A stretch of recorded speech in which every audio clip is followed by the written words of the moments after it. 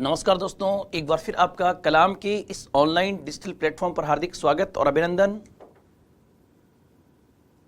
सामाजिक एवं धार्मिक सुधार आंदोलन के दृष्टिकोण से आज मैं सामाजिक और धार्मिक सुधार आंदोलन का पार्ट 3 आपके सामने रिप्रेजेंट कर रहा हूं, जहां से आपके महत्वपूर्ण प्रश्न बनने की पूरी संभावना होगी।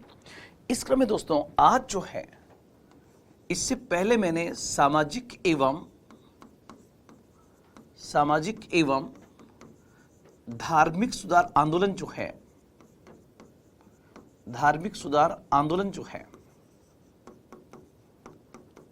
ये आज हमारी ये पार्ट 3 होगा, और जैसा कि आपको पता होगा, आपके सिलेबस में स्पेशली सामाजिक एवं धार्मिक सुधार आंदोलन को विशेष रूप से दिया गया है। साथ ही साथ 3 व्यक्तित्व को स्पेशली दिया गया है, और वो है राजा राम मोहन राय, स्वामी दयानंद सरस्वती और स्वामी विवेकानंद।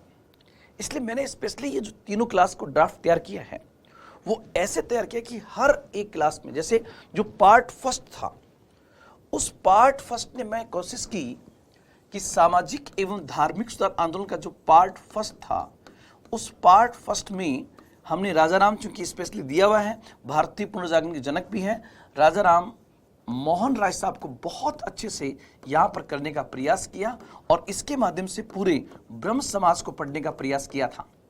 साथ ही साथ दोस्तों, इसके साथ हमने देवेंद्रनाथ टैगोर को और केशव चंद्र सेन को पढ़ने का प्रयास किया, और उनसे जुड़ी हुई कुछ और चीजें से प्रार्थना समाज और वेद समाज को पढ़ने का भी वहां प्रयास किया था। ये पार्ट 1 के अंदर था।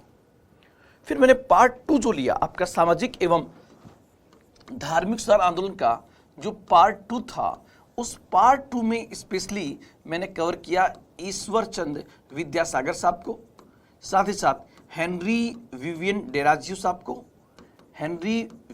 डेराजियो को, और तीसरा मैंने वहां पर कवर किया था स्वामी दयानंद सरस्वती को, जो आपके सिलेबस में स्पेशली दिया भी गया है, स्वामी दयानंद सरस्वती जी को।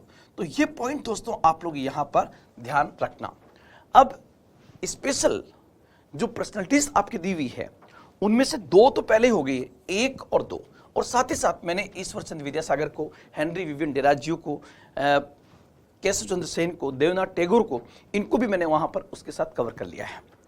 आज की इस क्लास में सामाजिक एवं धार्मिक सुधार आंदोलन का कुछ बचा हुआ पार्ट, जिसमें स्पेशली हम कवर करेंगे स्वामी विवेकानंद को, जो आपके सिलेबस में स्पेशली डिफाइन भी किया गया है, स्वामी विवेकानंद को। और साथ ही साथ इनके साथ और किसको पढ़ेंगे, तो यहां पर आप लोग ध्यान रखना, हम देखेंगे रामकृष्ण परमहंस को, ताकि थोड़ा सा हम स्वामी विवेकानंद को समझ सकें। रामकृष्ण परमहंस को देखने का भी प्रयास करेंगे, और इनके साथ साथ थोड़ा सा मैडम एनी बेसेंट को भी देख लेंगे, ताकि यहाँ से बनने वाले प्रश्नों को बहुत अच्छे से कवर यहाँ पर किया जा सके। तो ये पॉइंट्स आज हमारे बेसिक पॉइंट्स के अंदर यहाँ पर शामिल होगा। सामाजिक एवं धार्मिक सुधार आंदोलन, सोशियो रिलीजियस रिफॉर्म्स मूवमेंट का पार्ट आपका यहाँ पर होगा। अब आगे बढ़ते हैं, आगे बढ़ें, और सबसे पहले हम देखना चाहेंगे आज की हमारी इस क्लास की सबसे इंपॉर्टेंट पर्सनालिटीज, जिनके शिष्य ने पूरी दुनिया में नाम किया, नाम था रामकृष्ण परमहंस।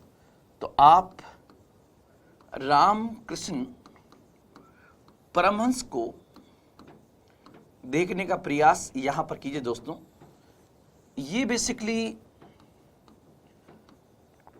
1836 से 1886, ध्यान रखना, आधुनिक भारत के इतिहास की एक बहुत ही महत्वपूर्ण शख्सियत, एक भौतिकतावादी जीवन से बहुत दूर, आध्यात्मिक रूप से एक ऐसा प्रगाढ़ व्यक्तित्व कि जिसको गली गली में ढूंढ रहा था कि मुझे गुरु मिल जाए, उस गुरुवर का नाम था रामकृष्ण परमहंस।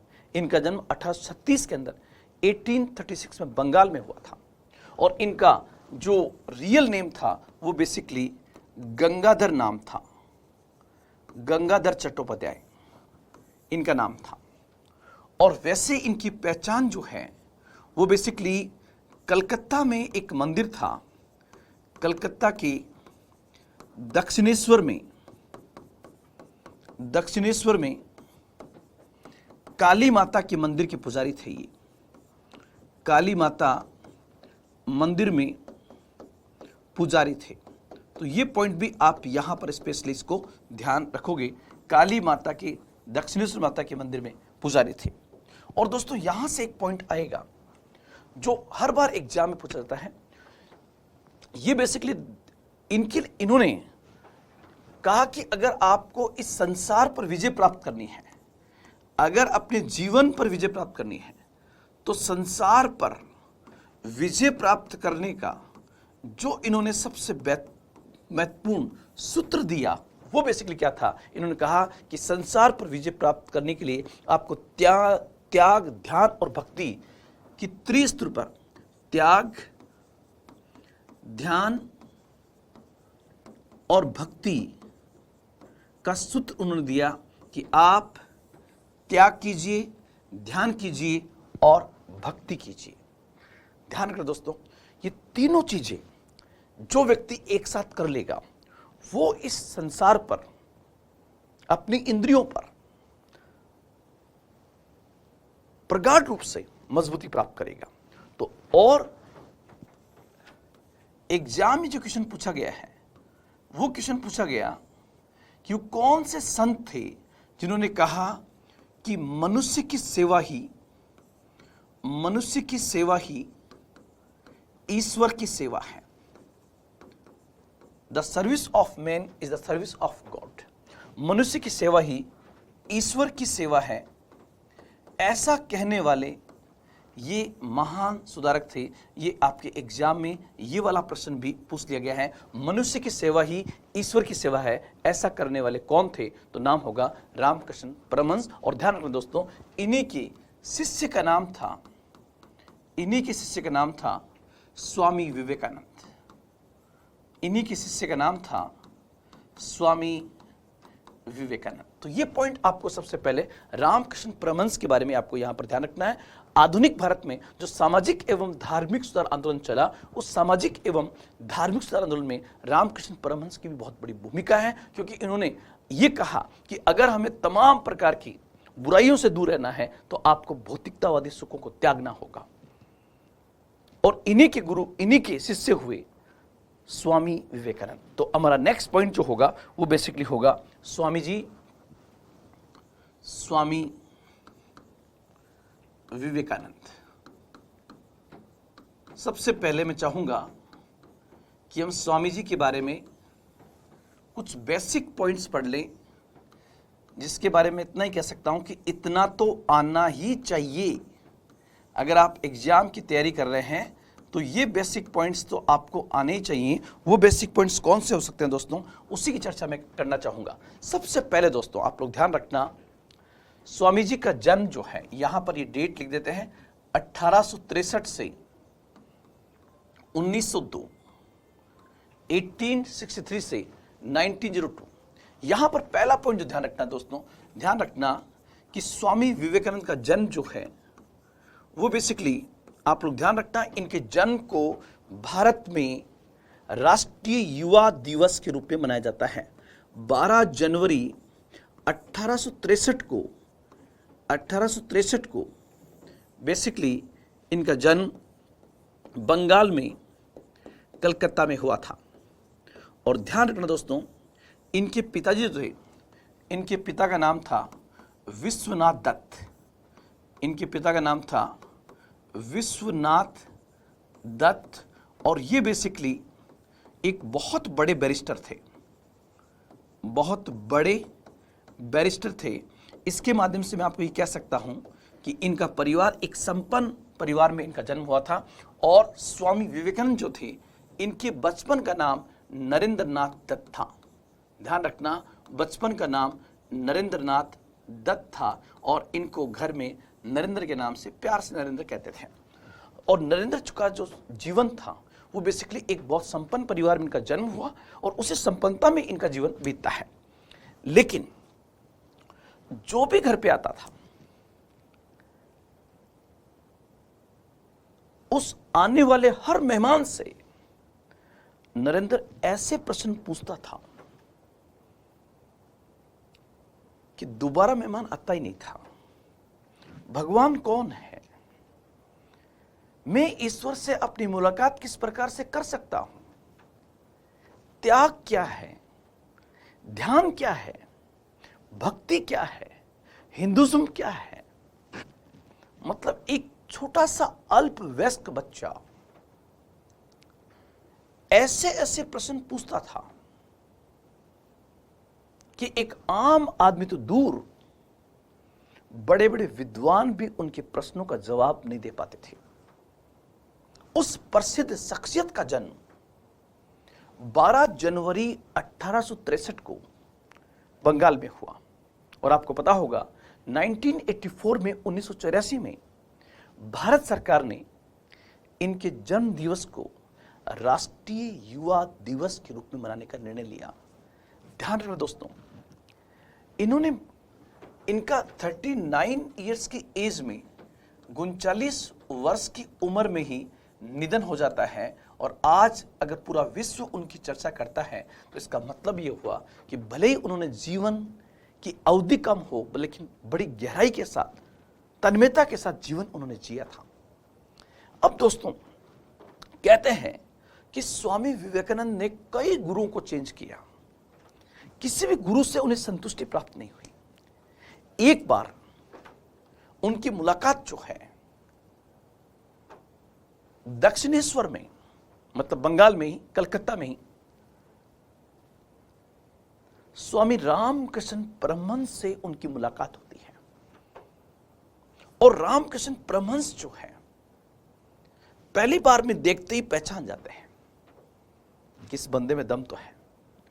और स्वामी विवेकानंद जो है, जिनका नाम नरेंद्र था, वो रामकृष्ण परमहंस से प्रश्न पूछते हैं कि क्या आपने भगवान को देखा है? तो रामकृष्ण परमहंस ने कहा कि हां, ठीक वैसे ही मैंने ईश्वर से बात की है जैसे आप मेरे से बात कर रहे हो। मैंने देखा है, जिसे आप मुझे देख रहे हो, मैं आपको देख रहा हूं। और फिर उसके बाद एक से एक नरेंद्र ने रामकृष्ण परमहंस को जो प्रश्न दागे, कहते हैं कि बड़ी शालीनता के साथ, तन्मयता के साथ, ऊर्जा के साथ रामकृष्ण परमहंस ने नरेंद्र के एक एक प्रश्नों का उत्तर दिया। लेकिन उससे पहले रामकृष्ण परमहंस ने स्वामी विवेकानंद को पूरी तरह से झकझोर दिया कि क्या आप में ज्ञान लेने की लालसा है? क्योंकि यदि मेरे में ज्ञान देने की लालसा है तो आप में लेने की होनी चाहिए। और अगर आप में लेने की लालसा है तो मेरी भी एक शर्त है कि ज्ञान की प्राप्ति के बाद आप वही करेंगे जो मैं कहूंगा। दोस्तों, इधर ज्ञान देने की लालसा थी और उधर ज्ञान प्राप्त करने की लालसा थी। दोनों का सम्मिलन होता है और इतिहास में दोनों गुरु और शिष्य कहलाते हैं, रामकृष्ण परमहंस और स्वामी विवेकानंद। जैसे ही रामकृष्ण परमहंस ने स्वामी विवेकानंद को ज्ञान दिया, आध्यात्मिक ज्ञान दिया, तो उसके बाद उन्होंने कहा कि मेरी शर्त है कि अब तुम इस दुनिया को त्याग दो। इसलिए 18 साल की उम्र में वे इस अध्यात्म के लिए, इस भौतिकतावाद के जीवन को त्याग देते हैं। हालांकि उससे पहले उनके पारिवारिक जीवन में एक प्रकार का भूचाल सा आता है। उनके पिताजी का निधन हो जाता है, बैंकक्रप्ट हो जाते हैं, काफी कर्जा हो जाता है। ऐसी कई कहानियां इसमें आती, लेकिन हमें उससे लेना नहीं है। कई बार परिस्थितियां जो है वो व्यक्ति को महान बना देती हैं, किस प्रकार से व्यक्ति उनके सामने संघर्ष करता है। अब ये छोटी छोटी बातें बताने के बाद, ये बेसिक पॉइंट बताने के बाद, आप लोग ध्यान रखना कि आपके एग्जाम के पॉइंट से, आपके एग्जाम के पॉइंट से स्वामी विवेकानंद से कौन कौन से प्रश्न बन सकते हैं, जिसको मैं कहूंगा वेरी इंपॉर्टेंट क्वेश्चंस जो है वो आपके कौन से बन सकते हैं, उसमें से एक एक पर मैं चर्चा करने का प्रयास यहां पर आपके सामने करूंगा। सबसे पहले दोस्तों, आप लोग ध्यान रखना, स्वामी विवेकानंद ने हिंदू धर्म में फैली हिंदू धर्म में फैली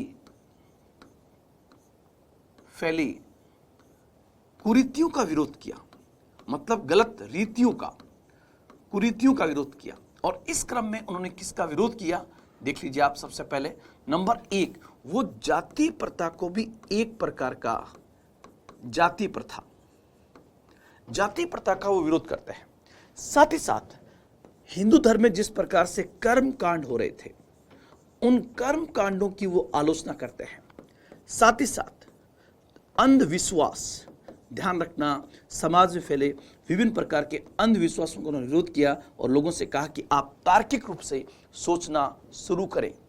सबसे बड़ी बात दोस्तों, आप लोग ध्यान रखना, उनका एक पॉइंट बहुत बार एग्जाम पूछा गया है और वो ये था कि ये किसने कहा कि हमारा धर्म जो है, हमारा धर्म रसोई घर में बंद हो गया है। हमारा धर्म रसोई घर में बंद हो गया है। हमारा धर्म रसोई घर में बंद हो गया है क्योंकि हमारा धर्म है मुझे मत छुओ, डोंट टच मी। ये 2 बार एग्जाम में पूछा हुआ क्वेश्चन है। सबसे पहले वो किस ओर इशारा कर रहे हैं, वो कह रहे हैं कि हमारे समाज में छुआछूत अर्थात अस्पृश्यता, अनटचेबिलिटी इतनी फैल गई है कि अगर दलित समुदाय का या निम्न जाति का या अन्य संप्रदाय का व्यक्ति अगर हमारे घर में, रसोई घर में घुस जाता है तो हमारे घर की महिलाएं पूरे दिन उस रसोई घर को धोने में निकाल देती हैं। और उन महिलाओं का मानना है कि हमारा घर जो है वो मेरा घर अपवित्र हो गया है। तो स्वामी जी कटाक्ष करते हुए कहते हैं कि हमारा धर्म रसोई घर में बंद हो गया है। क्यों? क्योंकि मेरा धर्म है मुझे मत छुओ। यहां पर एक प्रकार का वो कटाक्ष करते हैं और इस कटाक्ष के माध्यम से वो किस पर प्रहार कर रहे हैं, तो ध्यान रखना, वो बेसिकली प्रहार करते हैं अनटचेबिलिटी पर, अस्पृश्यता पर वो प्रहार करते हैं। अस्पृश्यता पर, अनटचेबिलिटी पर प्रहार करते हैं और अपने पूरे जीवन में स्वामी जी ने इस अनटचेबिलिटी का जबरदस्त तरीके से विरोध किया था। साथ ही साथ दोस्तों, एक बार स्वामी रामकृष्ण परमहंस ने कहा, क्या कहा उन्होंने? स्वामी जी का एक प्रसिद्ध एक वक्तव्य और आता है जो पहले मैं यहां पे डाल देता हूं। स्वामी जी ने कहा कि जब तक मेरे भारत में करोड़ों लोग भूखे एवं नंगे हैं, तब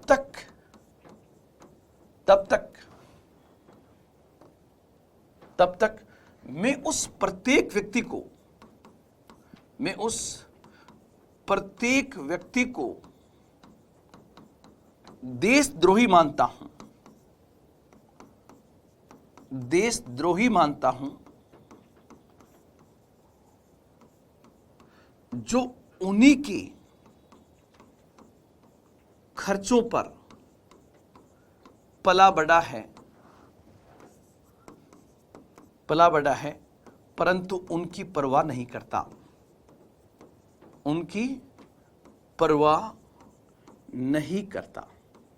यहां पर वो कटाक्ष कर रहे हैं क्या, कि कोई ऐसा व्यक्ति जो सरकारी स्कूल के माध्यम से पढ़ा है, सरकार की छात्रवृत्ति में पढ़ा है, सरकार के पैसे से पढ़ा है, उस सरकार का पैसा आम जन का पैसा है, और वो व्यक्ति मान लीजिए कोई बड़ा अधिकारी बन जाता है, शिक्षित बन जाता है, लेकिन वह बनने के बाद उस आम जन की परवाह नहीं करता है, तो स्वामी विवेकानंद कहते हैं कि मैं उस व्यक्ति को देशद्रोही मानता हूं जो उन्हीं के खर्चों में पड़ता है और उसी की परवाह नहीं करता है। ये स्टेटमेंट अभी तक नहीं पूछा गया है, आप लोग ध्यान रखना। और इसी क्रम में आपको पता होगा सुभाष चंद्र बोस ने स्वामी विवेकानंद को आधुनिक भारत का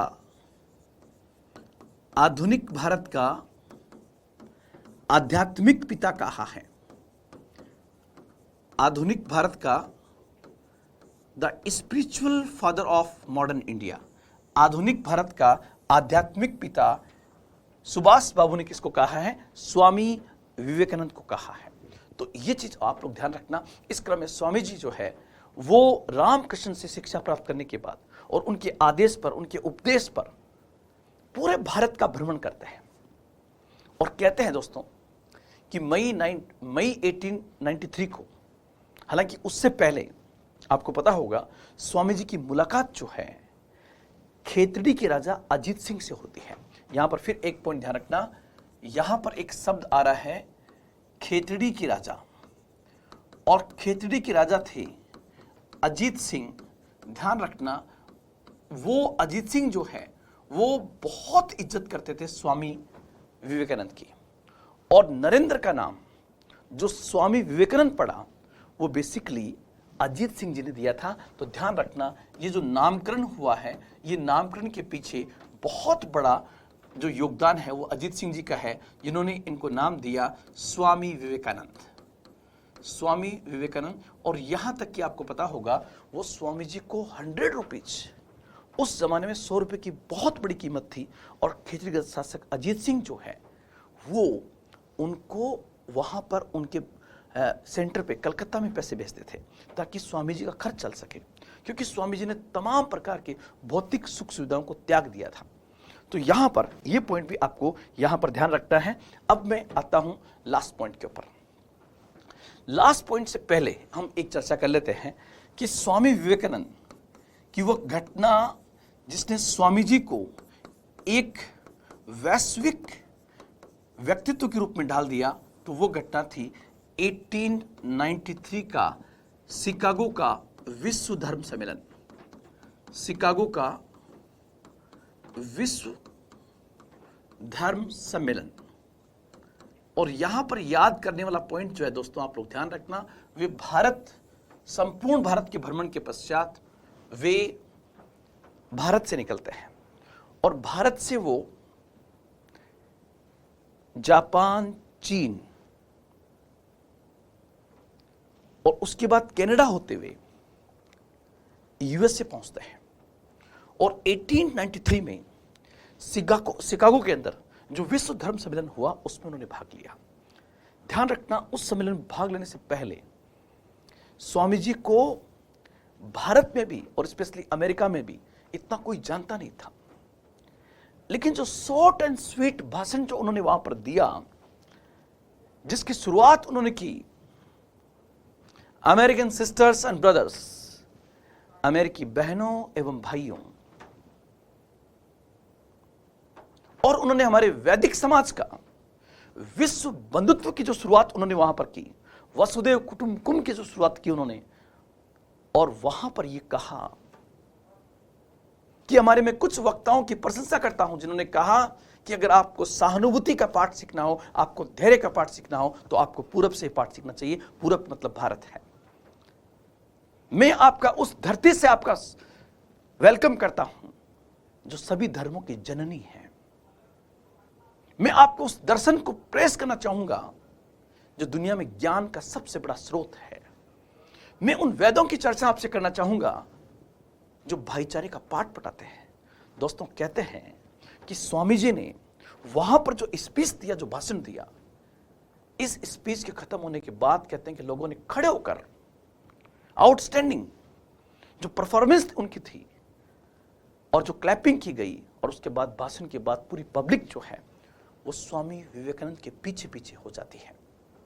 तो यहां पर आप देख सकते हो कि किस प्रकार एक ही स्पीच में उन्होंने शिकागो के अंदर लोगों का दिल वो जीत लेते हैं। तो ये बिंदु आपको स्पेशली ध्यान रखना, यहीं से उनका सबसे बड़ी जो पहचान स्टैब्लिश होती है वो स्वामी जी की यहीं पर स्टैब्लिश होती है। इसके बाद दोस्तों आप लोग ध्यान रखना, 1896 के अंदर, 1896 में वो बेसिकली न्यूयॉर्क पहुंचते हैं, और न्यूयॉर्क में उन्होंने वेदांत सोसाइटी की स्थापना की। आप लोग ध्यान रखना, वेदांता कॉलेज जो है वो कलकत्ता में है, उसकी स्थापना 1825 में राजाराम मोहन राय ने की थी। लेकिन वेदांत सोसाइटी जो है उसकी स्थापना न्यूयॉर्क में स्वामी विवेकानंद के द्वारा की गई थी। इसी प्रकार 1897 के अंदर उनके जीवन का सबसे महत्वपूर्ण कार्य था जब उन्होंने अपने गुरु की याद में अपने गुरु के वचनों को धरती पर उतारने के लिए, उसका इंप्लीमेंटेशन करने के लिए 1897 में उन्होंने रामकृष्ण मिशन की स्थापना बंगाल के अंदर की। रामकृष्ण मिशन की स्थापना करते हैं और आप कहोगे सर रामकृष्ण मिशन जो है जिसकी स्थापना 1897 में की गई, ये कहां पर की गई थी दोस्तों? तो आप लोग ध्यान रखना, इसकी स्थापना ये बेसिकली बारानगर में करते हैं जो कलकत्ता के बाहर का एक जगह है, और बाद में इसी को रिप्लेस करके ट्रांसफर करते हैं बेलूर के अंदर। सबसे पहले कहां आता है? बारानगर के अंदर। ये तीन इंपॉर्टेंट घटनाएं आप लोग ध्यान रखना स्वामी जी के बारे में। नंबर 1 1893, 1896 और 1897। इन घटनाओं के बाद अभी तक के क्वेश्चन पूछ लिए गए हैं। कुछ ऐसे प्रश्नों की चर्चा हम 2-4 क्वेश्चन और देख लेते हैं जो अभी तक एग्जाम में पूछे नहीं गए हैं लेकिन आपके लिए बहुत ही इंपॉर्टेंट हो सकते हैं। वो पॉइंट्स में चर्चा करना चाहूंगा। जैसे सबसे पहले स्वामी विवेकानंद। सबसे पहले स्वामी विवेकानंद की एक शिष्या थी जिसका नाम था सिस्टर निवेदिता। आपसे प्रश्न ये पूछा जा सकता है कि सिस्टर निवेदिता जो एक यूरोपियन थी उनका मूल नाम क्या था? तो सिस्टर निवेदिता का मूल नाम जो है वो बेसिकली मार्गरेट नोबेल था। उनका मूल नाम जो था वो बेसिकली मार्गरेट नोबेल के नाम से वो आई थी और स्वामी जी ने उसको नाम दिया था सिस्टर निवेदिता। ये पॉइंट आपको सबसे पहले याद रखना है। आपसे पूछे स्वामी विवेकानंद की प्रसिद्ध पुस्तकें जो एग्जाम के पॉइंट से आपके पास आ सकती है, उसमें नाम आएगा, एक तो आप याद करके जाना, राजयोग, कर्मयोग और वेदांत फिलॉसफी। ये 3 पॉइंट तो आप लोग याद करके जाना ही, जहां से आपके एग्जामिनेशन पॉइंट से प्रश्न बन सकते हैं। तो ये 3 पॉइंट्स आपको यहां से ये याद करने होंगे। साथ ही साथ दोस्तों आप लोग ध्यान रखना, एक प्रश्न आपका यहां से बनेगा और वो क्वेश्चन आपका होगा कौन सा? कि स्वामी विवेकानंद के भाषणों का संग्रह, the collection of the speeches of Swami Vivekananda. तो यहां पर ध्यान रखना, उन्होंने आज तक जितने भाषण दिए उनका भाषणों का संग्रह जो है वो बेसिकली किस नाम से है? तो आप लोग ध्यान रखना, उसका नाम है लेक्चर्स फ्रॉम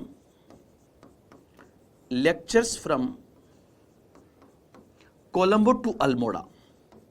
हालांकि बड़े एग्जाम जैसे आईएएस जैसे एग्जाम में पूछ लिया गया है, अभी तक आपके टीचर्स वाले में नहीं पूछा गया है। तो आप लोग ध्यान रखना, lectures from Colombo to Almora जो है ये बेसिकली इनके भाषणों का संग्रह है जो आपकी एग्जामिनेशन पॉइंट से बहुत ही इंपॉर्टेंट है। स्वामी जी ने ये बताया था।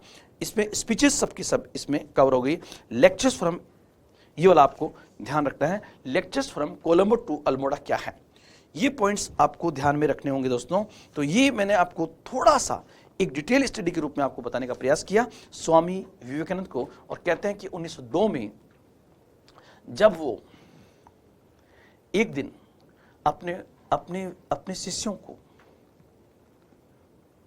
वेदों की जानकारी देने के पश्चात सुबह से लेकर शाम तक वो अध्यात्म के कार्य में लगे हुए थे और शाम को 7 बजे उन्होंने अपने शिष्यों को कहा कि मैं कोई विशेष अध्यात्म में हूं, आप मुझे डिस्टर्ब मत करना। और इसी दौरान वो महासमाधि लेते हैं और दुनिया से एक बेहतरीन शख्सियत रुखसत होती है जिसको आज हम स्वामी विवेकानंद के रूप में जानते हैं। मात्र 39 वर्ष की एज में उन्होंने वो कर दिखाया कि बड़े बड़े लोग जो आज 80 साल के, 90 साल के, 70 साल के हैं वो नहीं कर सकते, लेकिन बहुत कम अल्प आयु में उन्होंने दुनिया में जिस प्रकार से हिंदू धर्म का जो वास्तविक जो रूप था, उसको जिस प्रकार से उन्होंने दर्शन को डिस्क्राइब किया, वो प्रशंसनीय है। तो यहाँ से आप लोग ध्यान रखना, 3 इंपॉर्टेंट पर्सनैलिटीज आपके सामाजिक और धार्मिक सुधार आंदोलन में है। उसमें राजा राम मोहन राय से बहुत सारे प्रश्न पूछ लिए गए हैं, स्वामी दयानंद से पूछ लिए गए हैं, इसलिए आप इनको पढ़ के जाना। यहाँ से स्वामी विवेकानंद से प्रश्न पूछने की संभावनाएं पूरी है, तो ये ध्यान रखना। साथ ही साथ दोस्तों, अब इसके आगे मैं चाहूंगा कि कुछ और पॉइंट भी आप देख लें जहां से आपके एग्जाम में क्वेश्चन बन सकता है। इस क्रम में एक प्रश्न आता है और वो बेसिकली आता है आपका थियोसॉफिकल सोसाइटी का। सामाजिक एवं धार्मिक सुधार आंदोलन अगर हम पढ़ें और थियोसॉफिकल सोसाइटी को अगर नहीं देखें तो थोड़ा सा अटपटा लगेगा, क्योंकि इस सोसाइटी को भी आपको पढ़ना चाहिए।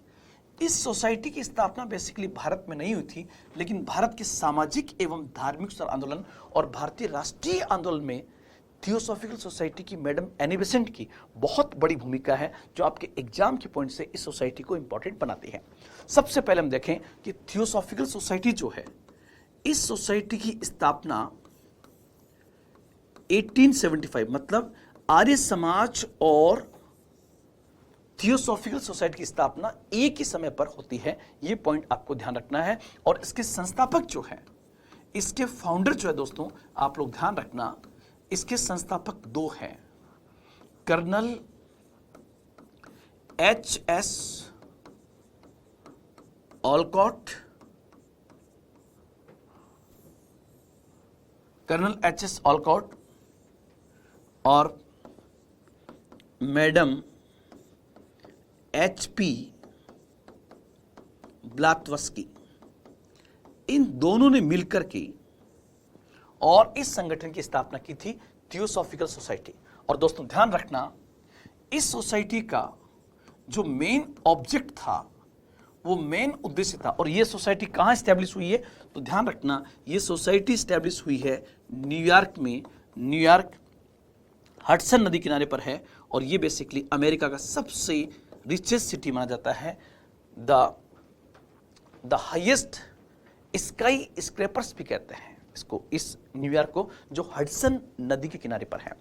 और दोस्तों आप लोग ध्यान रखना, इस सोसाइटी का ऑब्जेक्ट क्या था, तो इसका ऑब्जेक्ट था दुनिया के प्राचीन जितने भी धर्म हैं उन्हें पुनः उसके शुद्ध रूप में स्थापित करना। ध्यान रखना, इसका ऑब्जेक्ट जो है वो था दुनिया के प्राचीन धर्मों को पुनः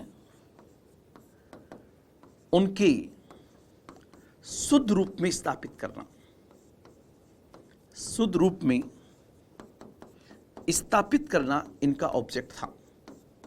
और इस क्रम में आप कहो तो आप देखोगे कि दुनिया के प्राचीन धर्म सब के सब कहां पर है। दुनिया के जो प्राचीन धर्म है वो कहीं ना कहीं, उन धर्मों की जन्मभूमि एशिया है, और एशिया को सभ्यताओं का पालना भी कहते हैं, धर्मों की जन्मभूमि भी कहते हैं। और उस एशिया महाद्वीप में भारत को हम इग्नोर नहीं कर सकते। इसलिए आपको पता होगा, चाहे हिंदू धर्म हो, चाहे जैन धर्म हो, चाहे बौद्ध धर्म हो, चाहे पारसी धर्म हो, ये धर्म कहीं ना कहीं इनका उद्भव भारत के साथ में जुड़ा हुआ है। इसलिए इस सोसाइटी का ऑब्जेक्ट जो था वो था दुनिया के प्राचीन धर्मों को पुनः उसके शुद्ध रूप में स्थापित करना। इस सोसाइटी का मेन ऑब्जेक्ट यहां पर था। और दोस्तों आप लोग ध्यान रखना, कहते हैं कि 1882 में कुछ बुक्स में दिया हुआ है 1882, कुछ में 1886 दिया हुआ है कि इस थियोसॉफिकल सोसाइटी की एक ब्रांच जो है वो बेसिकली भारत में स्टैब्लिश की जाती है। और ब्रांच कहाँ स्टैब्लिश हुई, तो आप लोग ध्यान रखना, मद्रास के पास एक जगह है, मद्रास के पास अडियार नामक जगह पर इसको स्टैब्लिश किया जाता है। मद्रास के पास अडियार नामक जगह पर इस थियोसॉफिकल सोसाइटी को स्टैब्लिश किया गया था। तो ये पॉइंट भी आपका यहाँ पर स्पेशली आपको ध्यान में रहना चाहिए। अब इससे आगे हम बढ़े तो आप लोग ध्यान रखना, एक महिला जो इस सोसाइटी के साथ जुड़ती है और वो इतने लोकप्रिय हो जाती है कि वो आई तो थी सामाजिक एवं धार्मिक सुधार आंदोलन के पॉइंट से, लेकिन वो रच बस गई भारत के राष्ट्रीय आंदोलन में। और उस व्यक्तित्व का नाम था मैडम एनी बेसेंट। मतलब भारत में थियोसॉफिकल सोसाइटी को लोकप्रिय बनाने में सबसे अहम भूमिका किसकी थी? तो यहां पर नाम आएगा मैडम एनी बेसेंट का। तो थोड़ा सा दोस्तों आप लोग ध्यान रखना, थोड़ा सा आपको मैडम एनी बेसेंट को पढ़ना होगा। मैडम एनी बेसेंट और भारतीय राष्ट्रीय आंदोलन के पॉइंट से मान लीजिए, और चाहे सामाजिक और धार्मिक सुधार आंदोलन के पॉइंट से मान लीजिए, मैडम एनी बेसेंट की बहुत बड़ी भूमिका राष्ट्रीय आंदोलन में भी है और सामाजिक और धार्मिक सुधार आंदोलन में भी है। सबसे पहले हम बेसिक पढ़ना चाहें तो ध्यान रखना, ओरिजिनली मैडम एनी बेसेंट मूलतः इनके फादर मदर आयरिश थे, मतलब आयरलैंड के थे। तो ओरिजिनली तो ये आयरिश महिला थी, लेकिन आपसे पूछे कि नागरिक कहाँ की थी, तो दोस्तों ध्यान रखना इनके फादर मदर ब्रिटेन में बस गए थे। तो ये आयरिश मूल की ब्रिटिश नागरिक थी। ये आयरिश मूल की ब्रिटिश नागरिक थी। और यहां पर एक थोड़ा सा पॉइंट आप याद रखना कि जिस प्रकार भारत ब्रिटेन का उपनिवेश था, ठीक इसी प्रकार आयरलैंड की रहने वाली आयरिश महिला एनी बेसेंट का देश भी अंग्रेजों का गुलाम था। हालांकि एनी बेसेंट का परिवार तो ब्रिटेन में बस चुका था, वो वहां की नागरिक बन चुकी थी, लेकिन पॉइंट आप लोग याद रखना, ये अपने जमाने की एक बहुत ही बेहतरीन वक्ता रही है, मुख्य वक्ता रही थी। किसकी? उस समय की जो ब्रिटेन की समाजवादी पार्टी थी, उस समाजवादी पार्टी की ये एक बहुत अच्छी वक्ता भी मानी जाती है। ये पॉइंट भी आपको यहां पर लिखना होगा। साथ ही साथ दोस्तों ध्यान रखना, अपने आप में अच्छी वक्ता होने के साथ ये बहुत अच्छी लेखिका भी थी, बहुत अच्छी लेखिका थी। थोड़ा सा अगर हम इनके पर्सनल लाइफ में जाएं तो ध्यान रखना, 1 अक्टूबर 1847 को इनका जन्म लंदन के पास एक जगह कलफम, वहां पर इनका जन्म हुआ था। 1 अक्टूबर 1847 को 1847 को इनका जन्म लंदन के पास कलफम नामक जगह पर हुआ था। और इनकी शादी जो है वो बेसिकली एक पादरी के साथ में होती है। आपको पता होगा जो चर्च में रहते हैं उन्हें पादरी कहा जाता है, और उन पादरी साहब का नाम था फ्रैंक। उनका नाम था फ्रैंक के साथ में इनकी शादी होती है। फ्रैंक का पूरा नाम था फ्रैंक बेसेंट नाम था। और इनसे शादी होने के बाद इनके बच्चे भी होते हैं, लेकिन धार्मिक मुद्दों पर और कुछ सोशल इश्यूज के मुद्दों पर मैडम एनी बेसेंट के जो विचार थे वो फ्रैंक बेसेंट के साथ नहीं मिलते थे, इसलिए जल्दी ही इनके साथ में तलाक हो जाता है और ये अपनी स्वतंत्रता पूर्वक जिंदगी जीने का प्रयास करती है। तो ये पॉइंट आपको यहाँ पर ध्यान रखना होगा। 20 वर्ष की आयु में इनकी शादी होती है, किंतु धार्मिक मतभेदों के कारण वह वहां से छूट जाती है। इसके बाद आप लोग ध्यान रखना दोस्तों कि मैडम जो है उनके जो विचार थे किसके ऊपर, धार्मिक मामलों पर, वो विचार कहीं ना कहीं थियोसॉफिकल सोसाइटी से मिलते थे। और कहते हैं कि थियोसॉफिकल सोसाइटी की जो संस्थापक थी मैडम H.P. ब्लैटफस्की, वो लंदन आई हुई थी और लंदन में उनकी मुलाकात मैडम एनी बेसेंट के साथ में होती है। और यहां से मुलाकातों का सिलसिला इतना लंबा चला कि मैडम कर्नल H.S. ऑलकॉट और मैडम H.P. ब्लैटफस्की ने मैडम एनी बेसेंट को कहा कि आप भारत जाइए और भारत के अंदर थियोसॉफिकल सोसाइटी को संभालिए। इसलिए मैडम एनी बेसेंट जो है वो बेसिकली थियोसॉफिकल सोसाइटी के पॉइंट ऑफ व्यू से भारत में आती है, लेकिन भारत में उनका योगदान जो था वो सामाजिक एवं धार्मिक सुधार के साथ साथ राष्ट्रीय आंदोलन में उनके योगदान को इनकार नहीं किया जा सकता। हालांकि मैडम एनी बेसेंट भारत में जो आती है वो किस पॉइंट से आई, तो आप लोग ध्यान रखना, वो थियोसॉफिकल सोसाइटी के प्रचार प्रसार के लिए, थियोसॉफिकल सोसाइटी के प्रचार प्रसार के दृष्टिकोण से भारत आती है। लेकिन भारत में आने के बाद वो यहां पर रच बस जाती है और पूरी तरह से कहते हैं कि वह अंतर्ज्ञान द्वारा सब कुछ प्राप्त करने का प्रयास करती हैं। उन्हें पुनर्जन्म और कर्म में विश्वास था। उन्होंने सांख्य और उपनिषद के दर्शन द्वारा प्रेरणा प्राप्त करने का भी प्रयास किया और एक प्रकार से वह भारतीय हिंदू पुनर्जागरण का भाग बन जाती है। 1891 में, ध्यान रखना वो यहां भारत कब आती है, तो 1891 में वो थियोसॉफिकल सोसाइटी के पॉइंट से भारत के साथ में जुड़ जाती है। अब आप कहोगे सर ये पढ़ने के बाद में हमें मैडम एनी बेसेंट के बारे में और कौन से पॉइंट्स याद रखने चाहिए। दोस्तों आप लोग ध्यान रखना यहां पर कौन से पॉइंट याद रखने चाहिए। तो एक तो मैडम एनी बेसेंट को हम अलग से पढ़ने का प्रयास करेंगे राष्ट्रीय आंदोलन के पॉइंट से, लेकिन आप लोग ध्यान रखना मैडम एनी बेसेंट के पॉइंट से क्या क्या याद रखना। और जैसे नंबर 1, आपको पता होगा 1898 में इन्होंने बनारस के अंदर, बनारस में हिंदू कॉलेज की स्थापना की और यही कॉलेज जो है बाद में बनारस हिंदू विश्वविद्यालय बन गया। कब बना, तो आपका उत्तर होगा 1916 के अंदर।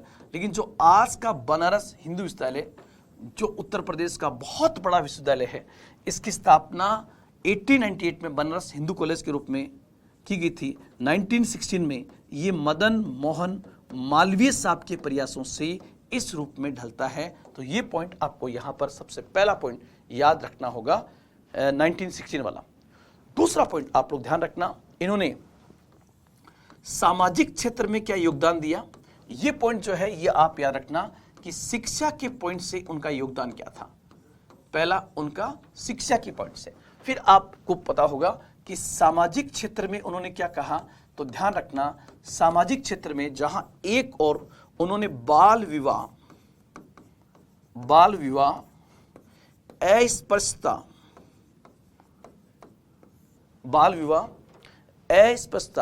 पर्दा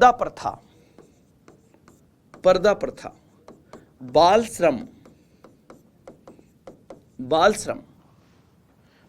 श्रम, जातिवाद आदि का वो विरोध करते हैं।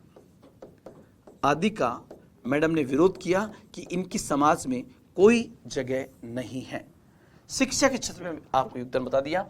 पत्रकारिता के क्षेत्र में उनका योगदान आप 2 पेपर के माध्यम से समझना, जिनके माध्यम से वो अपने विचारों को फैलाती है। और वे 2 पत्रिकाएं जो थी उनकी, वो थी न्यू इंडिया और कॉमनवेल्थ। इन 2 पत्रिकाओं के माध्यम से उन्होंने अपने विचारों को गति देने में बहुत बड़ी भूमिका अदा की थी। तो ये आपका आएगा पत्रकारिता के पॉइंट से। उसके बाद दोस्तों आप लोग ध्यान रखना मैडम एनी बेसेंट का भारतीय राजनीति में क्या योगदान था, और ये बड़ा योगदान था। आप लोग 3-4 पॉइंट यहां पर याद रखेंगे। सबसे पहले तो इन्होंने भारतीयों से यह कहा, जिस समय उदारवाद और उग्रवादी गुट अलग अलग हो चुके थे, भारतीय राष्ट्रीय आंदोलन कमजोर पड़ रहा था, उस समय उन्होंने कहा कि आप भी ब्रिटेन के खिलाफ उसी प्रकार से मूवमेंट चलाइए जिस प्रकार आयरलैंड के लोगों ने चलाया था। तो ध्यान रखना आयरलैंड के लोगों ने ब्रिटेन के खिलाफ जो मूवमेंट चलाया था उसका नाम था होम रूल लीग आंदोलन। और भारत में जो होम रूल लीग आंदोलन तिलक और एनी बेसेंट चलाती है, वो बेसिकली एनी बेसेंट के कहने पर ही चला गया था। तो ध्यान रखना, एक तो नंबर 1 1916 का 1916 का होम रूल लीग आंदोलन,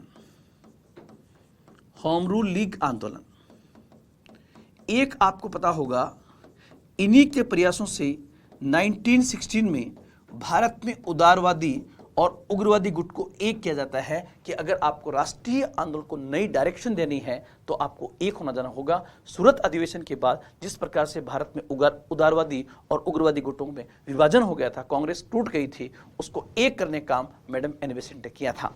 और एक आपको पता होगा 1917 के अंदर जो कांग्रेस का कलकत्ता अधिवेशन था, कांग्रेस का जो कलकत्ता अधिवेशन था उसकी वो अध्यक्ष बनती है। और इस आधार पर हम कहते हैं पहली महिला अध्यक्ष बनने का श्रेय किस महिला को प्राप्त होता है, तब भी आपका उत्तर जो होगा वो बेसिकली होगा मैडम एनी बेसेंट से। तो ये पॉइंट आपको स्पेशली मैडम एनी बेसेंट के पॉइंट से याद रखना है दोस्तों।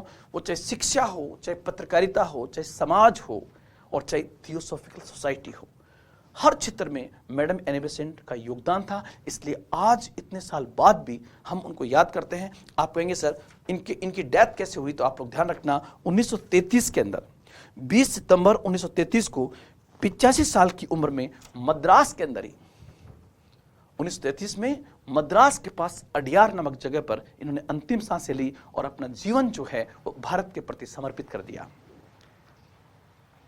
आयरलैंड मूल की रहने वाली ब्रिटिश महिला, ब्रिटिश नागरिक एनी बेसेंट का जीवन जो है वास्तव में भारत के प्रति समर्पित था। हम उनको नमन करते हैं। ये आप एग्जाम के पॉइंट से इतने पॉइंट याद रखेंगे ताकि आपको किसी प्रकार का यहाँ से क्वेश्चन बने तो आप उसको बहुत अच्छे से कर सके। मैं 2 घूंट पानी आपके सामने पीने का प्रयास करता हूं।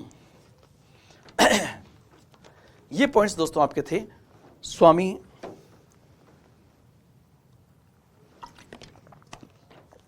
विवेकानंद के बाद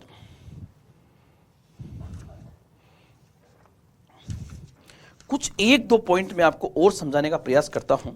हो सकता है वहां से, क्योंकि मेन तो आपके 3 दिए हुए हैं, लेकिन फिर भी पता नहीं एग्जामिनर कहां से क्वेश्चन पूछ ले, तो एक चीज आप मेरे कहने से और याद करके जाना, और वो व्यक्तित्व होगा, वो होंगे महात्मा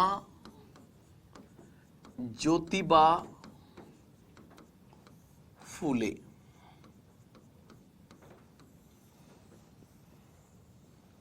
ये भी आप लोग ध्यान रखना, महाराष्ट्र के, या मैं कह सकता हूं उस समय नाम था बॉम्बे प्रेसिडेंसी। ये बेसिकली उस समय का बॉम्बे प्रेसिडेंसी के एक प्रसिद्ध समाज सुधारक थे, प्रसिद्ध समाज सुधारक थे। और इनका जीवन काल जो है वो 1827 से 1890 है। किसकी आवाज उन्होंने उठाई दोस्तों? अगर आवाज में किसी विशेष वर्ग की बात करूं मैं, तो ध्यान रखना अभी तक अन्य पिछड़ा वर्ग की आवाज किसी ने नहीं उठाई थी। तो जो ओबीसी कैटेगरी है उनकी आवाज को उठाने का श्रेय अगर किसी व्यक्ति को दिया जाता है तो वो थे महात्मा ज्योतिबा फुले। साथ ही साथ इन्होंने 1873 में एक समाज की स्थापना की जिसको हम कहते हैं, कई बार एग्जाम में पूछा गया है, सत्य शोधक समाज। सत्य शोधक समाज की स्थापना किसके द्वारा की गई थी? तो 1873 में महात्मा ज्योतिबा फूले के द्वारा की गई थी। और कई बार यह भी क्वेश्चन आता है कि उनकी प्रसिद्ध पत्रिका कौन सी थी जिसके माध्यम से उन्होंने ब्राह्मणवाद की आलोचना की, प्रसिद्ध पत्रिका, और समाज में फैली बुराइयों का विरोध किया। तो उस पत्रिका का नाम था गुलामगिरी। उस पत्रिका का नाम था गुलामगिरी। तो ये पॉइंट भी आपको यहां पर स्पेशली ध्यान रखना है महात्मा ज्योतिबा फूले के पॉइंट से। तो दोस्तों आज मैंने सामाजिक एवं धार्मिक सुधार आंदोलन के इस पार्ट 3 में और कई प्रसिद्ध हस्तियों को लेने का प्रयास किया। आज इतना ही। कलाम के इस डिजिटल प्लेटफॉर्म पर फिर मिलेंगे। आज इतना ही। जय हिंद, जय भारत।